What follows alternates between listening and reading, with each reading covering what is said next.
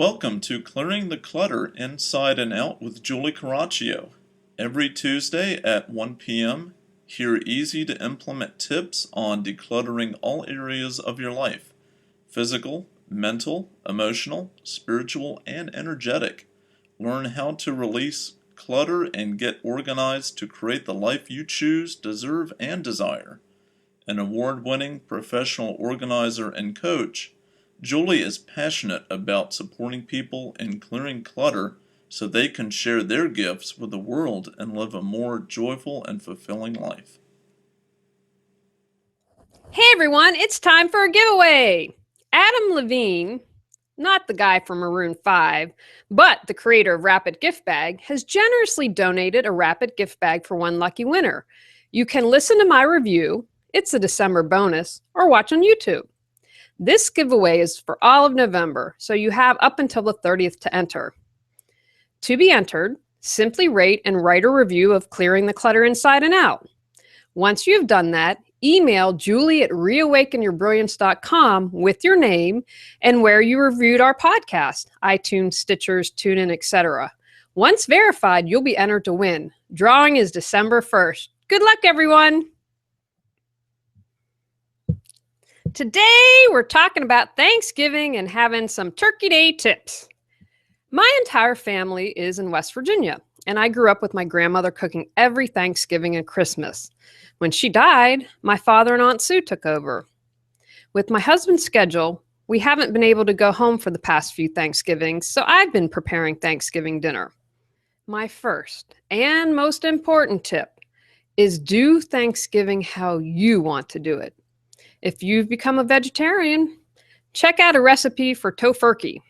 Tofurkey? Tofurkey? I don't know what it is or how to say it properly, but you can figure it out. Don't be afraid to have a conversation with your family if you want to change it up. It's about being grateful, so do something that gets you in that spirit. If eating nachos and watching football makes you happy, do that. Okay, here are some more practical tips. If you get an organic or wild turkey, you need to order it immediately, and it might be too late. I know a lot of times you need to usually order those in October, but check it out if that's really important to you. There still might be time. Check out consignment stores instead of buying a new outfit. Reduce your stress, get something fun, and save some money. Send out evites and have an RSVP deadline of 10 days before. Plan on following up with people if you have a big list. Many people don't RSVP. You will want to get an accurate count. Trust me, this is really important. You don't want to have a dinner for 20 and then 5 show up. Now, that's great. What I would do is take that leftover food to homeless shelter, but it takes a lot of time and preparation, so make sure you know who's there. If you become overwhelmed at any point in the process, remember to breathe. This simple step can get you present, calm you down, and allow you to think more clearly. On that note, have a self-care plan in place. Maybe it is a massage a day or two after cooking the big meal, or making sure you exercise during the week to keep your stress low. Simplify where you can. If you hate baking, order a pumpkin pie. Don't beat yourself up if you don't cook everything from scratch. Ask people to bring sides or one person to come over early to help you set the table. If you haven't cooked Thanksgiving dinner, I'm going to encourage you to Google and start reading about how to cook a turkey, finding recipes, and creating your menu. There is probably a YouTube video out there as well for anything that you need. I'm still working on perfecting my gravy, so if you find a good recipe and instructions, please send it to me. So for Thanksgiving dinner, this is a system I use. After I've planned my meal, I lay out or view all of my recipes. I then make an ingredients list from all the recipes combined. I make columns for produce, dairy, baking, meat, spices, pantry, canned goods, and condiments. I take each recipe and add ingredients to the proper column. At the end, I tally everything up. So for instance, under dairy with butter, I might have half a cup, quarter of a cup, 2 tablespoons, and 5 tablespoons. I would add up all those measurements and see what the final amount of butter is that I need to create my dinner. So I repeat this process in all areas. For instance, 2 cups of flour is a quarter cup of flour, 3 tablespoons of flour. I think you get the idea. I create my list in the kitchen so I can go through what I have and check off anything that I already have in stock. Now that I have my list, I go to the store to get everything except the perishables, which I will wait to do 2 days before if I can get away with it. I try to avoid the grocery store definitely the day before Thanksgiving. I am fortunate that I have flexibility owning my own business, so I try to go off hours at the grocery store, which I have found usually are 9 to 11 and 2 to 4. Looking at my menu, I decide what I can prepare beforehand and try to do as much as possible before Thanksgiving Day. Google cooking hacks and you might be able to find some time savers. I haven't used the power tool / peeler combo for potatoes yet, and I'm not sure that I would, but there are definitely some other hacks to check out. I chunk down as much as possible into smaller steps that I can do throughout the day. I am also someone who sets the table 2 days before so it's done. We eat in the kitchen and have a dining room where we entertain, so I'm able to do that. I next write a list for day of things I need to accomplish and go from there. I've learned as I've gotten older not to sweat the small stuff. The first year I cooked, I didn't quite get the timing right and the stuffing had to go back in the oven. I had people start to eat and the stuffing came out 10 minutes later. Everyone lived! Try and laugh and shrug it off. If anyone's critical, tell him or her they're more than welcome to cook next year. Ready to change your life? Are you ready to release all of your clutter, physical, mental, emotional, and spiritual? Our new Declutter Your Life video series is a how-to, go at your own pace course to guide you through the process of clearing clutter. The course includes all of our popular How to Get Organized classes. Learn more at reawakenyourbrilliance.com. Family and friends can also create a lot of mental and emotional clutter for us too. Have a plan in place to deal with any unruly people. Maybe someone is designated to deal with the person when they act up. Or you all decide beforehand that they will be asked to leave. Whatever you decide, stick to it.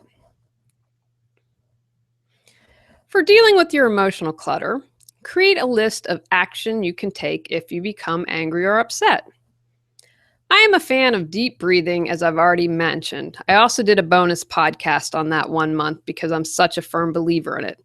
If breathing's not for you, deep breathing, I should say, hopefully we're all breathing, count to 50 before responding. Leave the room. Have a buddy you can vent to. If you have a plan in place, you will cope better.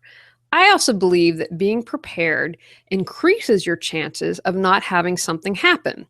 When I was getting married, my father had like 3 backup plans. I was going to get married no matter what. And for instance, he said, okay, if we rain, I have umbrellas for all the bridesmaids. We'll either get married, we'll have you in the screen and porch and fit everyone in the house, or we'll get married in the tent. And I said, Dad, it's not going to rain. It's my wedding. And he said, I believe that, but I also believe if I prepare, it won't happen. So I share that story with you. Get a plan in place, and we hope that it won't happen. Besides having gratitude, I encourage you to pick an area where you might have spiritual clutter. For example, do you easily become jealous of people you perceive to have more than you do? Do you spend the holidays alone because your confidence is low and you don't get out to make friends? Pick an area where you want to improve and begin taking steps to do that. Take Thanksgiving Day and pick an area where you want to improve and then begin taking steps to do that. I believe when you put that first step forward, the universe, God, whatever works for you, how you feel comfortable using, steps up to respond. So I encourage you to take that first step and move forward. Everything is energy. So why not take Thanksgiving to have a clean, energetic slate? Think about the intention of this Thanksgiving.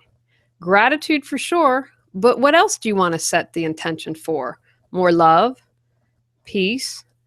Think about yourself, friends, family, neighbors, your community, and the world at large. If you have time, do a little ceremony in your home to set the energy of what you'd like to bring into it.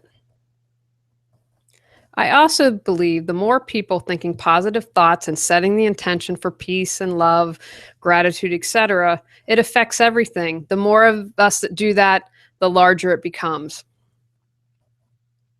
All right, everyone, we've got some Thanksgiving tips to get you started. I am grateful for all of the listeners and viewers of Clearing the Clutter Inside and Out.